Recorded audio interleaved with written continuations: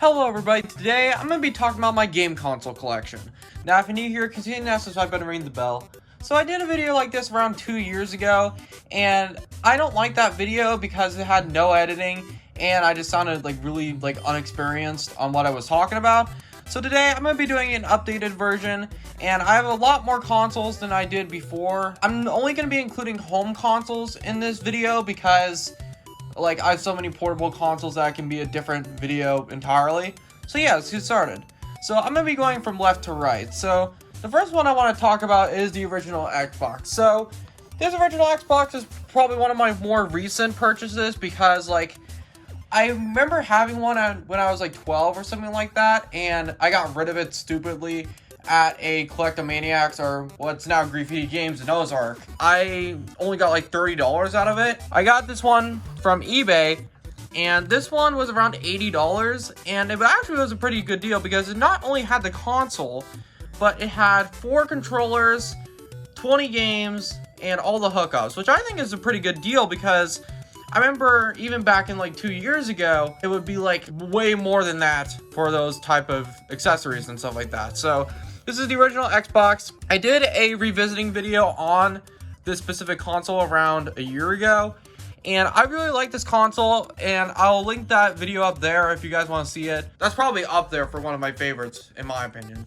So the next one I want to talk about is the NES. So this is actually a really recent purchase. I also did a video on revisiting the NES, and I don't really like that video for the most part because the blinking light issue was still on this NES. So kind of backstory to this is that I really wanted an original NES because I do have an NES Classic Edition, but at the time when I got this NES, it was it was modded, so it was just way too many games that were not supposed to be there. So I got this NES from Shop Goodwill, and it was a big mistake at the time because they said it was working, but I turned it on and it had the infamous blinking light problem. This NES is very special because I actually got into the console and put in a new, I think it's 72 pin connector, and it works like new. And I never did a repair like that before on a console, and I think it's because it's one of the more easier repairs that is available. I got a new one from eBay, and I feel like I shouldn't have just bought, I probably should have just bought it from eBay because I still had a job at the time, and I had enough money, but I just wanted to cheap out. I got this on Shop Goodwill for $40, which is actually not bad. It had 2 controllers. It didn't have any games with it, but I fixed this one myself, and I'm very proud of myself for doing that because it took 2 hours when normal people that actually know what they're doing, because I had no idea what I was doing. I was just listening to YouTube videos and having no idea what I was unscrewing and all that. So yeah, I really love the original NES, and I know that some people say that this model in particular has not aged well. I can somewhat agree because this very weird use of putting the cartridge in to play the game is very weird now in this day of age, and you just push that down because I know people are talking about the top loader and stuff like that, and kind of the Super Nintendo, but I actually do like this big design. A lot of people don't. Yeah, so I fixed it up, and it works like new, and I'm gonna try to collect more games for it when I start having a job again, but I really like the NES. So we're gonna go a little bit more modern. The next one I want to talk about is the Wii. So the Wii and I have had very complicated backstories. So our family has owned 3 Wiis in my life. The first one, I want to say we got around in 2009 because I remember I was just old enough to start talking because I had delayed speech because I had autism. I remember they got it from I want to say Walmart, and it was still when the Wii was very sought after. I feel like it's probably one of the biggest console launches and popularity ever, because I remember the lines were so long for it. It was very cool, but then it had a really I think it was a disc problem, and we had to get a new one, and we had a black one for a while. And I stupidly got rid of that one, and I got this one because I traded it in on a Craigslist listing that was there. So this Wii is modded. It has the homebrew application and stuff like that. I really like this Wii. The thing is though, is that it's starting to get a little old. I've had this Wii since 2016, and it's kind of loud. Like, when you put a disc into this Wii, it's very loud. So, I've gotten used to that, though. But this is cool because this is one of the Wiis where it is compatible with GameCube support. Because a lot of the Wiis in the later time frame didn't have GameCube support. Because I did get a GameCube in Vlog 2, I traded it back in, or I returned it because I could already play GameCube games on the Wii, and I don't need a separate console for that. So yeah, I really like the Wii because the Wii is probably the one that's been with me probably the longest of my life, like the one I'm most familiar with. I really like the Wii because it's basically been with me all my life, but a couple units. But yeah. So the next one I want to talk about is the Super Nintendo. So this one is very interesting because the Super Nintendo, I think the Super Nintendo, I like it, but I think it's a little overrated. Now, that's a very unpopular opinion. I actually like the original NES library better than the Super Nintendo's library. I know I sound completely crazy on that, but I don't know what I'm smoking. And backstory to this one is that I got this in, I want to say 5 or 6 years ago, 2017, I think. I don't remember the specific details, but my dad actually technically got me this because this came in at a Ace Hardware. Now, you're probably asking, Zion, why would a game console be in an Ace Hardware? And it's that location where he works because he goes by there sometimes, where he works because it's like close by. This console was sitting there and it was selling for $30, which even back in 2017, that was a really good deal. So he got it for me, which I really do like, and I've had it ever since. The thing that surprised me though is when I looked up the Super Nintendo prices recently, because I've known most of the time that Super Nintendo prices have gone up so much, and I went on eBay recently and holy crap, it's so expensive.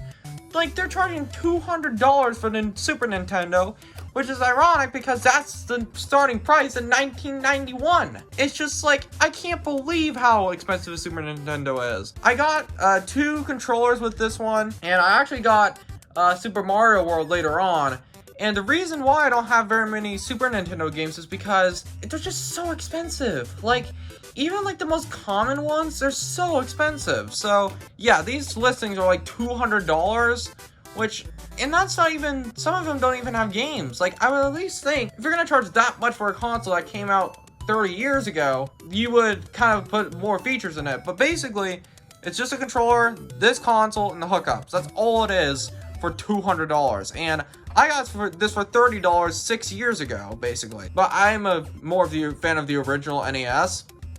But I do like the Super Nintendo because that's very interesting because I can't believe how expensive they are now. Yeah, the Super Nintendo, I like it. It's just a little overrated, but I still like it, So I'm going to go top right to left. So the next one I want to talk about is the Sega Genesis. So this one is also at a time when I got this for pretty cheap compared to later prices. I got the Sega Genesis with 2 controllers and the console for only $30. Yes, that's true. That's right.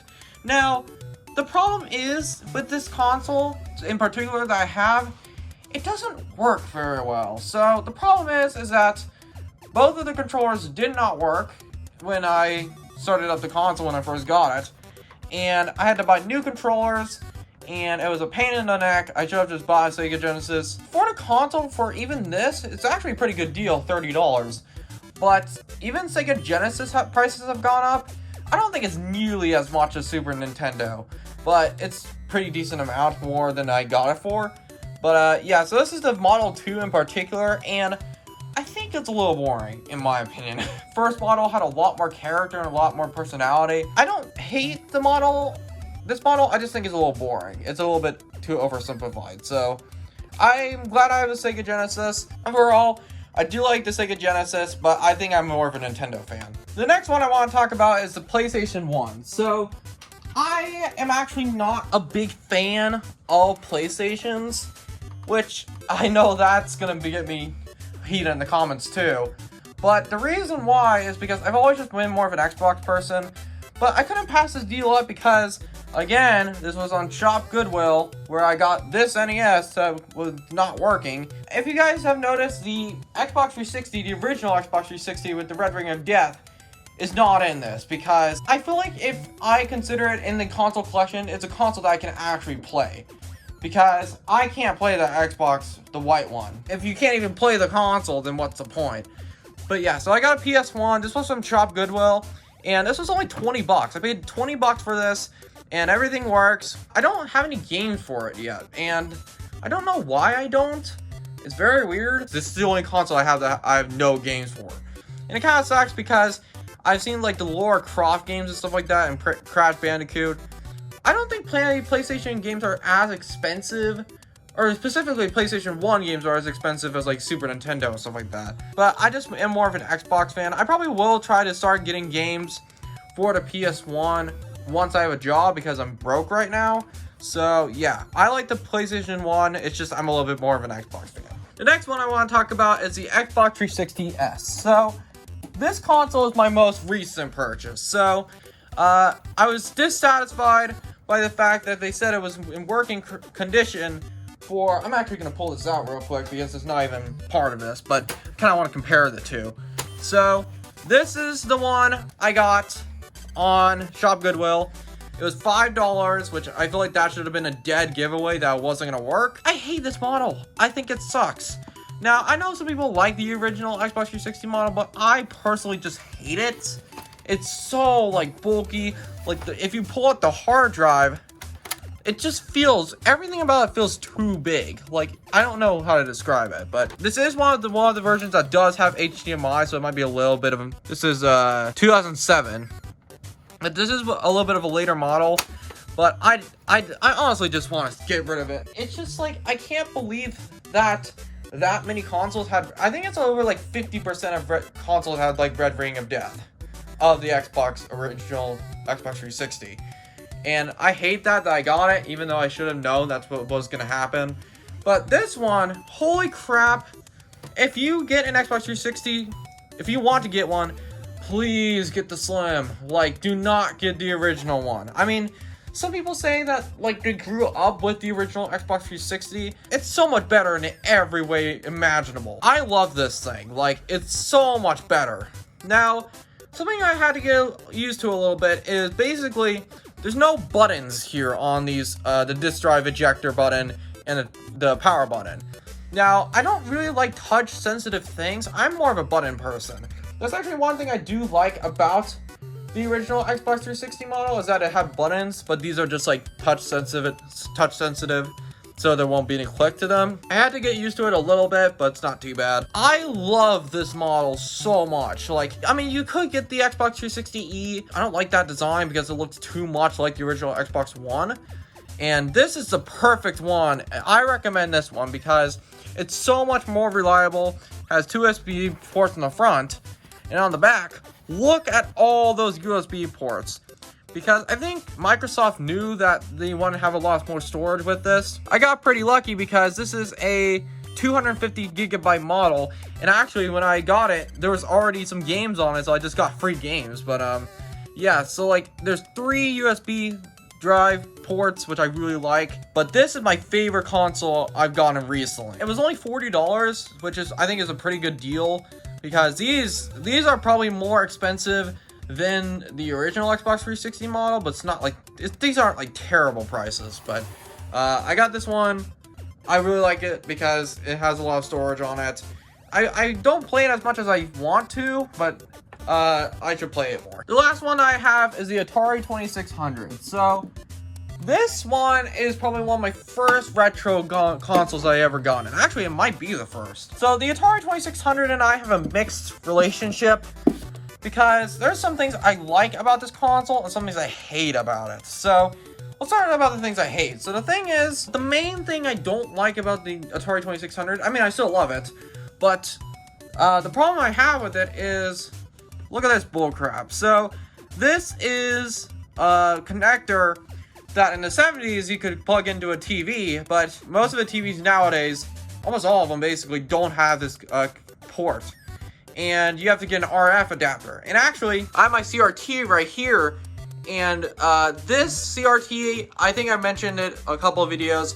I got this CRT in a garage sale for free, and I think it's a 20-something inch Sanyo CRT, and it's actually really cool because it has almost every port that you can imagine. Yeah, so if you look way down there, I don't know if I'm going to be able to get it, but it literally has every, like, connection input that you want. I looked at the value of these TVs, and it's on eBay, they're looking like $200 for them.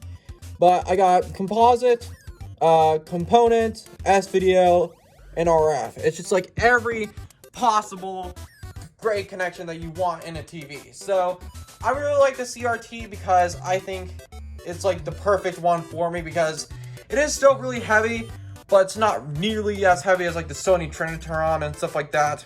So I got pretty lucky on that.